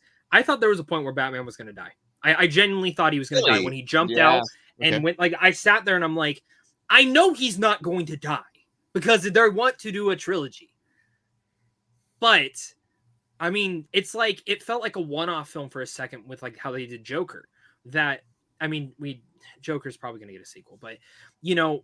The thing with that is like I was sitting there, I was like, he could fucking die. Like the fact that I felt stakes with every character because I didn't know. That shows like I'd never feel that with a Marvel movie. I never feel that with a lot of the DC movies. I'm always like, they're gonna be safe. In the end of the day, Aquaman's gonna live, Shazam's gonna live. Like this was the first movie in a while when it comes out of the comic book genre where I sat there and I'm like, fuck, he could die. He could die. So I was like totally invested. There's one moment from me, Zach, where I'm like, I can't believe they're going to go there. I actually thought they're going to cross the line. It's when, again, everyone's going into the Madison Square Garden area, and you see the Riddler's men up top, and they're just loading their guns, and you see boxes. Yeah, I thought it was about to be a straight up massacre. Like, they're not going to go there. And the fact that I thought they were is something that I want more of, because with everything else, like previous comic book movies, always felt safe. Here, I'm like, they're actually going to have a slaughter. They're fish in a barrel. For a second, I got and that the fact that this is, and I said it in my review, this is an origin story for what the city of Gotham looks and views Batman as. Is he a symbol of hope? Is he vengeance? Is he scary? And for me, Batman's turn of, I'm not going to do this for vengeance anymore, is when he hears the Riddler's guy goes, I'm vengeance. And it clicked for him, though, that I can't be that way anymore. I need to be the symbol of hope for this city. And that right there was brilliant, because I love how like the Spider-Man Homecoming trilogy was very much the origin story of Peter Parker learning and understanding who Spider-Man is and what it needs to be for himself in the city of New York. Batman was the same thing, but in one movie, and it was perfectly well executed. Where in the next movie, the city of Gotham will kind of understand it. The police officers, as you see throughout the movie, start to understand, okay, this guy is actually really much on our side and trying to help us. Fucking brilliant. Matt Reeves, fucking a big round of applause for you, man. And that's where it kind of brings us to our final thoughts. If you're watching this and you see the thumbnail, is the Batman a masterpiece? I'm going to leave my thoughts last. Rudy, I'll let you start. Oh, God, I hardly use that word. And I want to say right now, I'm leaning toward yes, but I want everybody here has seen it more than once. I just saw it once. I want to see it one more time before I say that word, but I did give it a 10 out of 10. It's a new standard, as I mentioned, in comic book films. Again, calling it a comic book film to me isn't an insult. This is a graphic novel. It's a film. It reminded me of a 70s film about a vigilante out there, just like Death Wish, but with no Charles Bronson or no guns. It just felt like an actual film. I can't wait to see more of this, but I highly recommend everybody to go check out this film. It's not going to be for everybody. If you're used to a certain type of style in comic book genre, this is not going to be for you. It may be too long. I've heard people say there's not enough jokes, Batman doesn't smile. That's not that kind of film. This is a vision of Matt Reeves that he had to put Batman on screen for us. And I think we're incredibly blessed and lucky to have seen this. It's an amazing film. And if you love filmmaking, you have to go check this film out. Yep. I feel that. Cody, let me know your thoughts, man. For me, I struggle. I really, really struggle when it comes to calling any film a masterpiece. And for me, that's a time thing. Like, I've seen the Batman twice. Yep. And for me, having sat on it, let me explain what a film I do think is a masterpiece. Blade Runner 2049. I think that film is a masterpiece. However, that film, since it's come out, I've had a couple of years to think about it and watch it and ponder on it and think about it and everything that they've done. I might say that about the Batman, but since it's only been out a week and I've only seen it twice, I don't think I have the right to call it a masterpiece as of right now. But that might change over the course of time. For right now, though, I think it is an excellent movie that everyone should go out to see. even if it's not for the performances, if it's just for the filmmaking aspect of it, like there are so many reasons you should go see the movie, even if it's just for one. But I'm not going to call it a masterpiece right now. All right, fair enough. I do want to say real fast before we get to Patrick and my final thoughts. I am going to take a couple viewer questions and thoughts at the end of when I give my final thoughts. So make sure to start throwing them down there. If you want a guaranteed answer to your question, make sure to throw a super chat in. Support the channel, helps it out, and all sorts of things like that. Patrick, give me your final thoughts, man. I actually had the same thought in my head when it came to Cody, because something I've been doing recently is it's the same rule I have with gaming. I refuse to call something a masterpiece now until time has passed and until we also see other examples of the same product. Examples I can bring off right off the bat is Star Wars in regards to how great the original trilogy is, then seeing the prequel trilogy and the sequel trilogy. I regard the original trilogy as a masterpiece due to the test of time and seeing what the following products have become to either enhance or just sustain that original product. I feel the same way in regards to Crash Bandicoot. Crash Bandicoot 1 through 3 is a masterpiece trilogy where Wrath of Cortex onwards is fucking awful, where the original trilogy stood the test of time and made them masterpieces and also classics of the PlayStation system and Sony as a whole. Resident Evil's the same. 1 through 4, great. Afterwards, went downhill. Made the originals a classic and masterpieces. This is what I mean. It takes time, other products of the same property, to really make me really feel like I can call something a masterpiece, rightfully so, but that doesn't take away the love I have for this movie. As I said at the beginning of the stream, I rarely see a comic book movie more than once in theaters, and rarely am I able to stay fully focused because I'm tired of seeing the same stuff over and over again, if I'm being honest, without anything new or stylistic brought to the table. Not meaning that they're not good movies. They're just not for me, and I want something different and new. The Batman is something new and is a movie of a graphic novel that we haven't seen before adapted to film. This is unique, and it's got its own voice and vision, and that's something I gushed over in my review. I rarely do movie reviews anymore unless it's movies I genuinely want to review and love or want to push that even if I don't like it. People go support for certain reasons. The Matrix Resurrections was one of them because Lana Wachowski is one of the first trans directors to ever make a big blockbuster, and I wanted to push people to go see that even if I didn't like it. This movie, I had to do a review because I absolutely adored every second of it after my first watch, and I've adored every second of it going forward. I wouldn't call it a masterpiece yet, and although I do have my issues, such as the third act feeling like it belongs to a different film, I love every second of this movie still, and even though the third act feels from a different film, it's still meticulously crafted in a brilliant way that's still entertaining to watch. I think it's great. I just don't think I can call it a masterpiece yet. All right. So I go with my gut. I've seen the movie 3 times. This was a movie that, like, again, it's my most anticipated film of all time. So I went into this with like expecting it to be one of my favorites of all time, as well as probably my favorite comic book film of all time. It's my second favorite comic book movie of all time, especially after the third watch. I was like, yeah, I'm bumping it up there.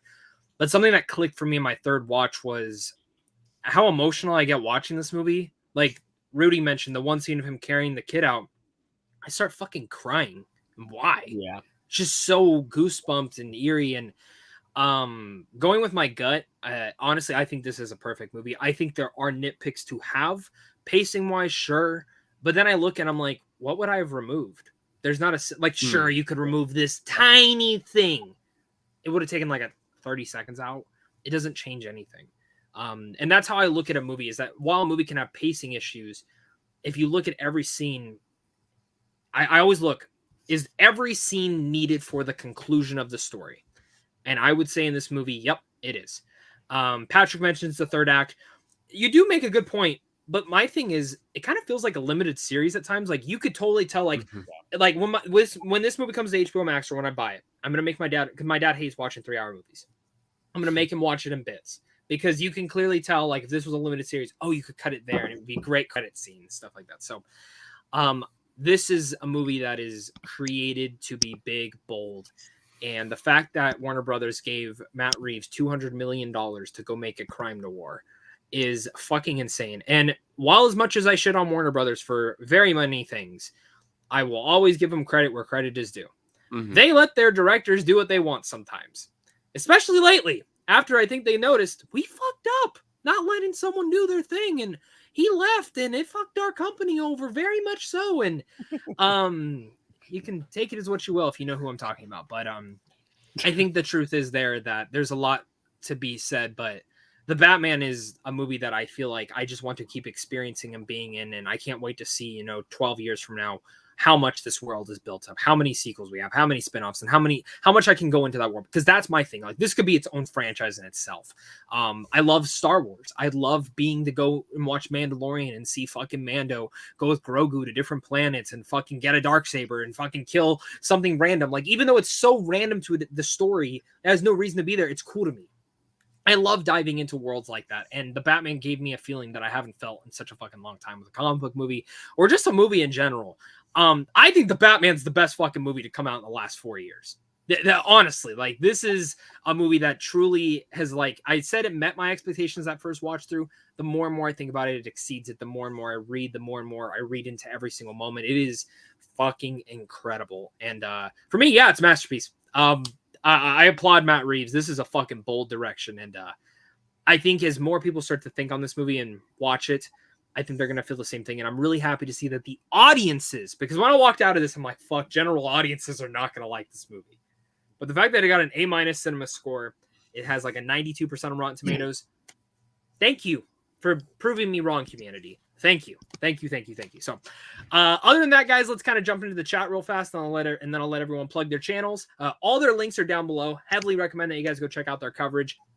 Cody doesn't do coverage, but he does have a short film that you guys should all go watch also down below. I'll let him plug that. It's fucking awesome. If you love The Office and like you're a cinephile, it's literally The Office, a mockumentary on cinephiles, and it's so good. So good. So Showfield Studios, how would you compare Riddler to every other version we have got? Very different, clearly. We've gotten the animated version from Batman, the animated series. We've gotten Jim Carrey. Jim Carrey was very much a product of its time. This is the best version of the Riddler to me. Do you guys have anything really to say to that one? No. It's the one I've always wanted to see. Okay. This particular one. See? Yeah. There you go. He seems like the sadistic bastard that would leave, question mark trophies around Gotham for him. And that's what I love about this. It's like Matt Reeves played Batman Arkham City, and it's like, I want you guys to find there's a reason why I'm never 100% completing that game, and it's because of those fucking Riddler trophies. Fuck that. It's dumb. And the interesting thing for me about this Riddler is that, yes, he is the kind of Riddler I want to see. However, he does feel, even though he is a serial killer, that when Batman catches him, like it's described with the Joker, this is the early days of the Riddler. This isn't like, it feels like the kind of Riddler that would evolve into the Riddler we see in the Arkham series. That's what it feels like. Someone who will mature over his time in Arkham and then be able to work his way into going back into society, and then once he's planted, being able to do what he wants to do and not getting caught. I think that's the scary thing, bringing him back into society. Because this whole movie reminded me of like Mindhunter type shit. And if every Batman villain's gonna be like Fincher style, I'll take that any day. Showfield Studios also asks, how does the music compare to Danny Elfman and Hans Zimmer's score? So Danny Elfman makes a very iconic. It's so different. But like Danny Elfman made an iconic Batman score. Hans Zimmer made an iconic score to The Dark Knight Rises. And Michael Giacchino does the same thing here. Honestly, and this is a personal opinion, I think Batman's theme and Catwoman's theme are the two best themes we've gotten out of the entirety of the Batman franchises.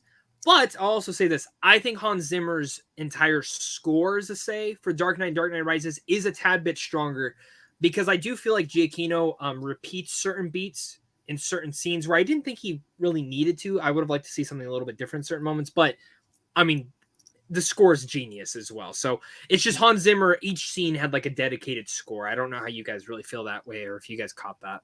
I think that I think the score as much as I could say one is better than the other, I don't really feel the need to, because the score, while they are unique in their own right, I think they're also representative of the time. When The Dark Knight came out in 2008, the music was very representative of what was going on in the world, and it worked for that interpretation of Batman and that super grounded realism that Nolan was going for.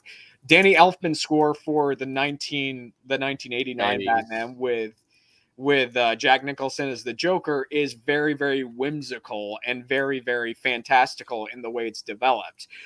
This Michael Giacchino and what he's able to do, the score is very, very sad and depressing while also feeling very, very masculine, which and hopeful, yes. Which is very representative of not only Robert Pattinson's Batman, but it's kind of representative of how filmmaking is working right now, where darker stories, like darker and more troubling stories, are kind makes my of soul be seen, you know. Yeah, it's like the 1990s is, for me, the only other time period in cinema as of right now that is the closest to this, where dark and really, really risky and bold storytelling was a major thing back then.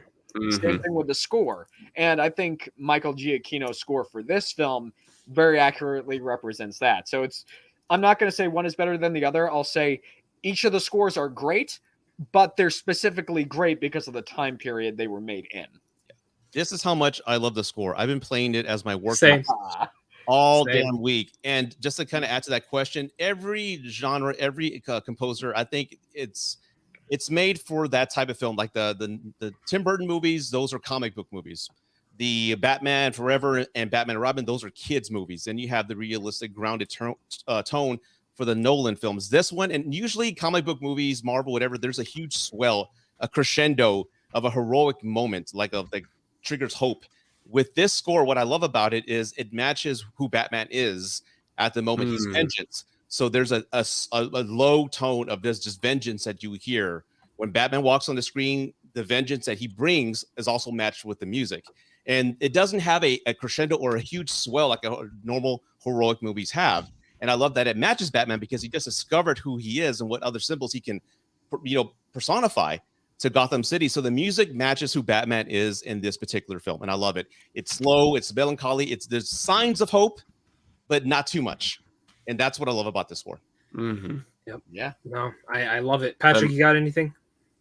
I also need to add the fact that their respected scores, Elfman, Zimmer, and Giacchino's, are all so different in their own way, whether it's representative of the time or the movie itself or their style. They are very different, and therefore I don't think they're comparable.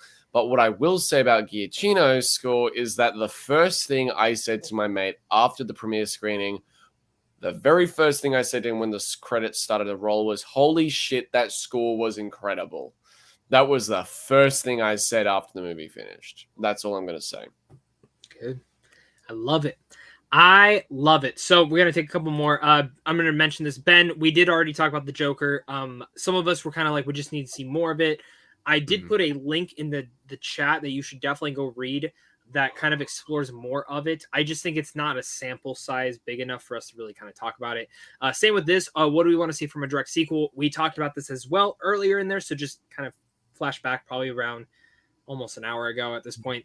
Same thing with this, which Batman storylines, I think we've all kind of talked about Court of Owls, Mr. Freeze, Clayface. We kind of want to see certain things with that, even maybe a Deathstroke popping in. And Deathstroke would be interesting as well. I'm saying I think Robin's coming in. I really think they want to do a Robin. SJ, do you think you will watch it more than 100 times once it hits HBO Max next month? Definitely won't watch it 100 times, but I will probably watch it a couple times on HBO Max. This is a movie that, as much as I love it, and again, it is my second favorite comic book film of all time, it's not a movie that like I want to rewatch 24/7 and put on the background, because if I want to watch it, I want to be sucked into it 24/7. Like I want to be intertwined watching the screen. Where like Suicide Squad last year was one of my favorite films of last year. I saw it like 13 times because it's something that I could put on in the background and I could just tune in whenever I wanted to and enjoy the fuck out of. So I don't know about you guys. You guys planning on watching this 100 times? Imagine having HBO Max. Oh yeah, you don't have it. You know? Dude, to Cody's point, he said that Blade Runner 2049 is a masterpiece. I agree. I love that film, and I purposely don't allow myself to watch it more than once every 6 months. I watch it twice a year at most. That's it, because I want to cherish it. I want that feeling of goosebumps. I've only seen it 3 times. Yeah, I've only seen it 3 times. Yeah, so if I love it that much, I choose not to just run it through the ground. Yeah, that's true. Because I feel like once you do, especially in those movies with length, you start to be like, all right, now I'm feeling the length. You know what I mean? Like when you start putting so much time into it. So I get that. That's a good point.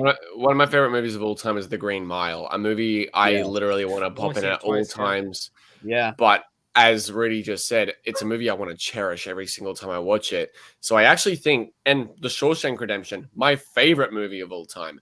I watch The Green Mile and Shawshank once a year each because I want to cherish each moment and just re-experience it over and over again. Very much so. And I'm going to end on this last one. Austin Daniels asked, did you all like the Joker's laugh? I was iffy at first, but the second time watching it, I really liked it. That's how I feel. First time I watched it, I'm like, I don't know if I like the laugh. The second time, I'm like, I fucking love it. It's crazy, and it's more realistic than I would say. It reminded me of kind of Joaquin Phoenix's laugh that he had in Joker, which I thought was eerie and scary. But Barry's was very more realistic. I feel like it's on the level of Phoenix's, that it's realistic and eerie and horrifying, and not like Jack Nicholson's or like Mark Hamill's and stuff, which are all iconic as well. How did you guys feel about the laugh? I didn't like it at first. I was like, oh, okay. Hey, like, we're going to introduce the Joker already? I mean, let's kind of like let Batman have his own movie without throwing the Joker in. So I wasn't too happy with it. Maybe the second time around, it'll grow on me. But initially, that's my initial reaction. I thought it was okay. I mean, same thing for me. But just to reiterate what I said earlier, even when it comes to the laugh is kind of an afterthought for me. And I don't really want to pose any full thoughts until we get a more time with this interpretation of the Joker, especially since even though we've got something now, his laugh might change when we fully see him in a more expanded version with more time with him and Robert Pattinson's Batman. It might change over time. All right, Patrick? I don't really have any thoughts on it right now, because rather than commenting on the maybe 10 seconds of a laugh we heard, I'd rather see it in motion first, where I get to see it in action and see Barry on screen as the Joker doing that laugh in his full chaotic fashion. With I will say, I think they should have shown Barry. I don't think they should have hid him. If they filmed a scene with him shown, I think they should have shown him in that scene. Or not that scene in particular, because I don't think the scene was needed, the other one that we talked about earlier. But I do think we should have seen him in here. I get the point of trying to hide and keep the mystery involved, but I think it maybe would have given us a better perspective of who he is. I do understand Rudy's point of view of like, really, we're doing the Batman or Joker again. The thing about it, though, is if you're a director and you're doing a Batman franchise, it's hard not to want to do the Joker, because the Joker's like, first off, the most iconic suit, one of the most iconic villains of all time. But he's also one of the most fascinating villains of all time, because there's so much you can do with him. So I do like so far of what Matt Reeves has talked about, because it is a very different interpretation of the character that I'm excited to see. I do not believe he will be the main villain going forward, though. I think he will be a great, like, just how like Riddler, Catwoman, and Penguin were all there. I think it'll be a great thing on that. So, guys, that is our spoiler discussion, our final thoughts, everything of that nature. And I want to shout out everyone who joined me for this, because I love each and every one of them. Cody and me, we go way back. He's doing some great stuff with his filmography stuff, and he's going to talk about that in a second. Rudy has been making some really like deep dive videos, and Patrick has been making some of the most entertaining reactions. Is your Titan one up yet or no? When does that one go up, if it hasn't? Titan's in June or May. It's in May, I told him to do that, and I can't wait to see his reaction to that, because Terrifier so is this week, though. Terrifiers? Okay. Terrifier is this week. Holy. Have you seen Terrifier?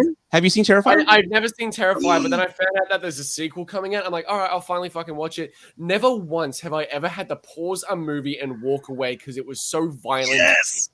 In that one scene. If you know, you know. Yeah. what the fuck was this movie? That's all I'll say. It's gonna be delayed by like a day or two because I've had a lot of shit going on this week with the Batman and then work because I work outside like 8 to 10 hours a day. It's ridiculous. But it'll be up in a day or two. But it's one of the most exciting ones I think I've ever wanted to post. Because well, plug your channel, man. Your links down there. I put your guys' links also in the chat. So just Patrick, like, what else do you do over there? Your reactions. What do you got coming up that you're excited for, other than the Terrifier? I have occasional movie reviews that I post every now and then, but I'm also starting a new series coming this week called The Platinum Experience, where once a month I will be working on a video game on the PlayStation where I go through the agonizing process of getting the Platinum Trophy, which means completing the game to 100% completion.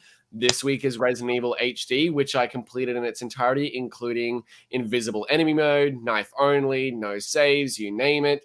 And I'm actually currently working on next month's, which is the bane of my fucking existence right now, because I'm platinuming the Crash Bandicoot Insane Trilogy. Fuck me.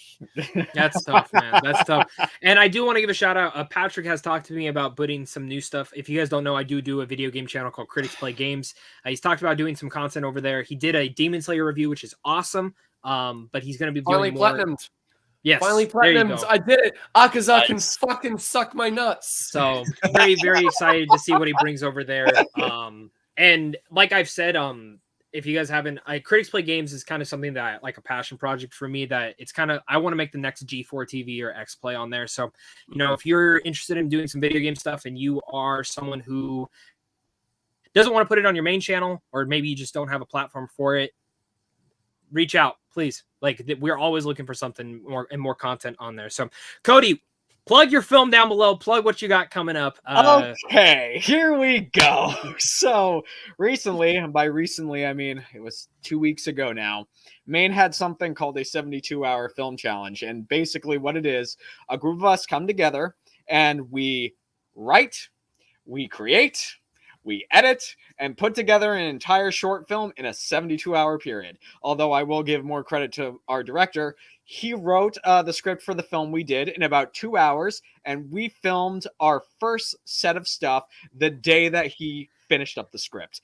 And it is a mockumentary film. The version we have now, which is longer than the version we had that we submitted, it was only supposed to be 8 minutes or under. It's 8 minutes and 44 seconds now. But that film is linked in the description, as Zach said, and I highly recommend you go see it. We're planning to make a version that's 20 to 25 minutes in length because we had so much darn fun with it, and we had pretty good reception. But other than that, for you guys who don't know, at the end of this year, or beginning next year, I am going to be in a Stephen King adaptation of the short story One for the Road. And one thing, you can check this out. We have an IMDb page now. One thing that we're all super, super excited about is the fact that we have a certain individual. I'm not going to say who this individual is, because if you go to the IMDb page out, you will be able to find out for yourselves. But it made everything a bit more real for me, and I'm very, very, very excited. Yeah, let's put it this way. Everything, yeah. And are you guys still doing the GoFundMe? Is the GoFundMe still going, Cody? It's not going. We might relaunch it, but as of right now, we're doing pre-production because this summer there's some scenes that I'm not involved with. For you guys who don't know, the acting side of portion of me, I am one of the leads of the film, but they're doing some flashback sequences this summer for the film that I'm not involved with at all. So I'm not sure if they're going to relaunch it, but they might before the end of the year. We'll curious on that. And I do want to say that I do have his Instagram down below. So if they do relaunch it, follow him over there for more details on that. And there is an Instagram page for the film too. So if you guys want to follow it. Yep. And last but not least, man, Rudy, what do you got coming up, dude? Well, for my YouTube channel with the movies, I've gone and I'm doing more lives now. So every Thursday, 8 p.m. Central Standard Time, I go live and I usually have guests over. We talk films, we talk DC. I just had Al on from Dark Side Reviews. We talk DCU versus MCU. Cody Leach, we're going to do a watch along this Thursday for The Exorcist 3, which is my favorite of the three. So that's going to be. Oh, you have to see it. It's the best. It's unbelievably amazing.